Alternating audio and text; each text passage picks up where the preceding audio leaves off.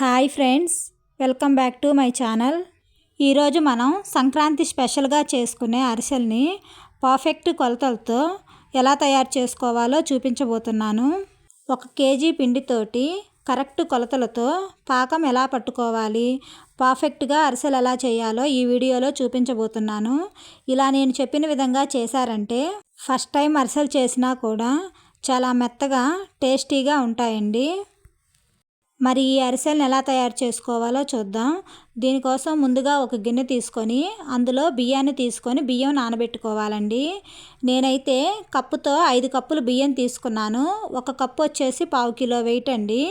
కిలోకి 1.5 కిలో బియ్యం తీసుకుంటే మనకి పిండి అనేది కొంచెం ఎక్కువ తక్కువ అయినా కరెక్ట్గా సరిపోతుంది. కరెక్ట్గా కిలో అంటే కిలో బియ్యమే తీసుకోకూడదండి. 1/4 కిలో ఎక్స్ట్రా బియ్యం తీసుకొని ఈ బియ్యాన్ని 2-3 సార్లు శుభ్రంగా కడిగి బియ్యం మునిగే అంతవరకు వాటర్ పోసుకొని ఒక రోజు మొత్తం ఈ బియ్యాన్ని నానబెట్టుకోవాలి. బియ్యం ఇలా నానిన తర్వాత బియ్యాన్ని 1-2 సార్లు శుభ్రంగా కడుక్కొని ఒక చిల్లులు గిన్నె తీసుకొని అందులోకి ఈ బియ్యాన్ని వేసుకోవాలి. ఈ బియ్యంలోని వాటర్ మొత్తం పోయే అంతవరకు బియ్యాన్ని వడకట్టుకోవాలి. ఒక 2-3 నిమిషాలు పక్కన పెట్టామంటే వాటర్ మొత్తం పోతాయండి. తర్వాత ఒక కాటన్ క్లాత్ పైన ఈ బియ్యం మొత్తాన్ని ఆరబెట్టుకోవాలి. ఫ్యాన్ కింద ఎండలో ఆరబెట్టుకోవాల్సిన అవసరం లేదండి. నీడలోనే ఒక 10-15 నిమిషాల పాటు బియ్యం పైన తడి మొత్తం పోయే అంతవరకు ఆరబెట్టుకుంటే సరిపోతుంది. తర్వాత ఈ బియ్యాన్ని కొంచెం కొంచెంగా మిక్సీ జార్లో వేసుకొని పిండి పట్టుకోవాలి. లేదంటే మిల్లులో అయినా ఆడించుకోవచ్చండి. మిల్లులో ఆడించుకున్నా సరే జల్లెడతో ఒకసారి జల్లెడ పట్టుకోవాలి. అప్పుడే పిండిలో నోకేమీ లేకుండా అరిసెలు పర్ఫెక్ట్గా వస్తాయి. పిండిలో నోకు ఉందంటే అరిసెలు విరిగిపోవటము, హోల్స్ పడిపోవటము, అలా అరిసెలు అనేవి బాగా రావండి. ఇలా తడి బియ్యం పిండితో మాత్రమే అరిసెలు చేసుకోవాలి. పొడి బియ్యం పిండితో అరిసెలు చేశారంటే అరిసెలు అనేవి గట్టిగా వస్తాయి. ఇలాగే మిగిలిన బియ్యాన్ని మిక్సీ పట్టుకొని మెత్తగా జల్లెడ పట్టుకొని తీసుకోవాలి. పిండి మొత్తం రెడీ అయిన తర్వాత పిండిని ఇలా గట్టిగా నొక్కి పెట్టుకోవాలండి. ఇలా చేయటం వల్ల పిండి అనేది తడి ఆరిపోకుండా ఉంటుంది. ఇలా రెడీ చేసుకున్న పిండి పైన ఒక క్లాత్ వేసుకొని పక్కన పెట్టుకోవాలి. తర్వాత పాకం కోసం బెల్లాన్ని తీసుకొని కట్ చేసుకోవాలి. మనం తీసుకున్న కిలో బియ్యానికి 3/4 కిలో బెల్లం అయితే కరెక్ట్గా సరిపోతుందండి. 3/4 కిలో వరకు బెల్లాన్ని తీసుకొని ఇలా దంచుకొని తీసుకోవాలండి. లేదంటే సన్నగా చాకుతో అయినా కట్ చేసుకొని తీసుకోవచ్చు. ఇలా కచ్చాపచ్చాగా దంచుకొని ఒక వెడల్పాటి గిన్నెలోకి ఈ బెల్లాన్ని వేసుకోవాలి. ఇందులోనే పాకం కోసం ఒక టీ గ్లాస్ అన్ని వాటర్ వేసుకోవాలి. వాటర్ వేసుకున్న తర్వాత బెల్లం మొత్తాన్ని తిప్పుకుంటూ పూర్తిగా కరిగేలాగా కరిగించుకోవాలి. మీకు బెల్లంలో నలకలు, డస్ట్ ఏమన్నా ఉన్నాయి అనుకుంటే ఈ స్టేజ్లో ఫిల్టర్ చేసుకోవచ్చండి. లేదంటే డైరెక్ట్గా పాకం పట్టుకోవచ్చు. నేను తీసుకున్న బెల్లం ప్యూర్గా ఉంది కాబట్టి డైరెక్ట్గా పాకం పడుతున్నాను. మధ్య మధ్యలో పాకం వచ్చిందో లేదో చూసుకుంటూ ఉండాలండి. కొంచెం బెల్లం సిరప్ని వాటర్లో వేసుకొని పాకం వచ్చిందో లేదో చెక్ చేసుకోవాలి. చూడండి, వాటర్లో వేస్తే మరీ సాఫ్ట్గా అయిపోయి వాటర్లో కలిసిపోతుంది. పాకం అనేది పర్ఫెక్ట్గా రాలేదు. ఒక 5 నిమిషాల పాటు మంటను మీడియం ఫ్లేమ్లో ఉంచుకొని కలుపుకుంటూ పాకాన్ని ఉడికించుకోవాలి. తర్వాత కొంచెం పాకంని వాటర్లో వేసుకొని పాకం వచ్చిందో లేదో చెక్ చేసుకోవాలి. ఈ బెల్లం పాకంని ఇలా మొత్తం తీసిన తర్వాత ఒక ముద్దలాగా ఫామ్ అయిందంటే మనకి పాకం అనేది కరెక్ట్గా వచ్చినట్లు. పాకం అనేది మరీ గట్టిగా వచ్చిందంటే అరిసెలు గట్టిగా అయిపోతాయి. మరీ లూజ్ కన్సిస్టెన్సీలో ఉందంటే అరిసెలు సరిగ్గా రావండి. మనకి పాకం అనేది వచ్చేసింది. తర్వాత స్టవ్ ఆఫ్ చేసుకొని 1 టేబుల్ స్పూన్ యాలకుల పొడి, 1-2 టేబుల్ స్పూన్స్ నెయ్యి వేసుకోవాలి. ఇలా నెయ్యి వేయటం వల్ల అరిసెలు నెయ్యి ఫ్లేవర్తో టేస్ట్ చాలా బాగుంటాయి.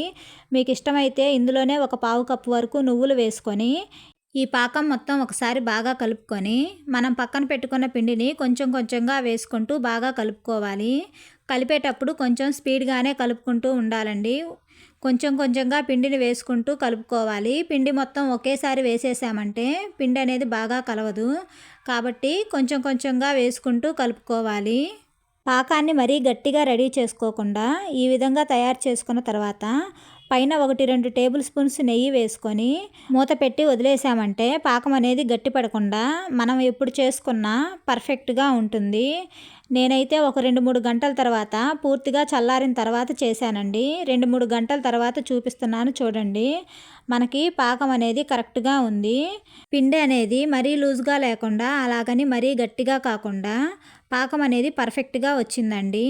ఒక ఆయిల్ ప్యాకెట్ పైన చేతికి కొంచెం నెయ్యి అప్లై చేసుకొని ఒక పెద్ద నిమ్మకాయ సైజ్ అంతా పిండిని తీసుకొని అరిసెలాగా ఒత్తుకోవాలి. మీరు మందంగా చేసుకోవాలంటే మందంగా చేసుకోవచ్చు, లేదంటే పలుచగా చేసుకోవాలంటే పలుచగా చేసుకోవచ్చండి.